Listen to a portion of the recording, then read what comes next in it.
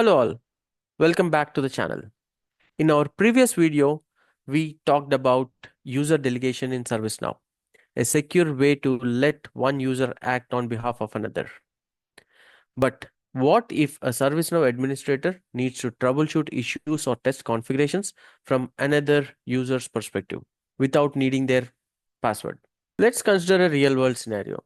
Imagine a user reports that their service catalog item is not displayed properly or that they can't see an approval button. As an administrator, you need to verify the issue quickly, but logging in as that user isn't an option due to privacy, security, and password policies. That's exactly where impersonation comes in. ServiceNow's impersonation feature allows administrators or users with the impersonator role to temporarily take another user's identity. This helps simulate the exact user experience, troubleshoot issues, or test permissions without compromising credentials or needing special setup. Let's look at how to impersonate as another user. Click on your profile icon on the right top corner. Select Impersonate User. In the pop-up window, search for the desired user. In this case, I'm selecting Beth Angelin and click on Impersonate User.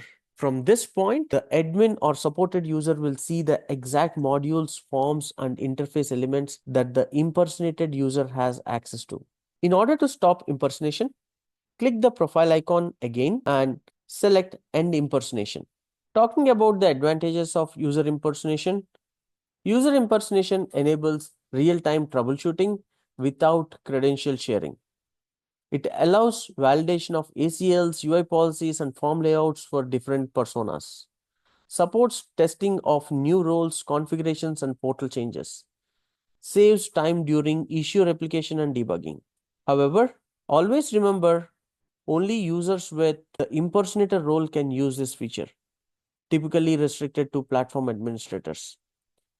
All actions taken during impersonation are logged under the impersonated user's name, not the impersonator. Impersonation of users with elevated roles is not allowed unless the impersonator has those roles. And that concludes today's topic, impersonation in ServiceNow. If this video is useful, please like, share, and subscribe to the channel. In the next video, we will be exploring elevated roles in ServiceNow. Thank you for watching and see you in the next one.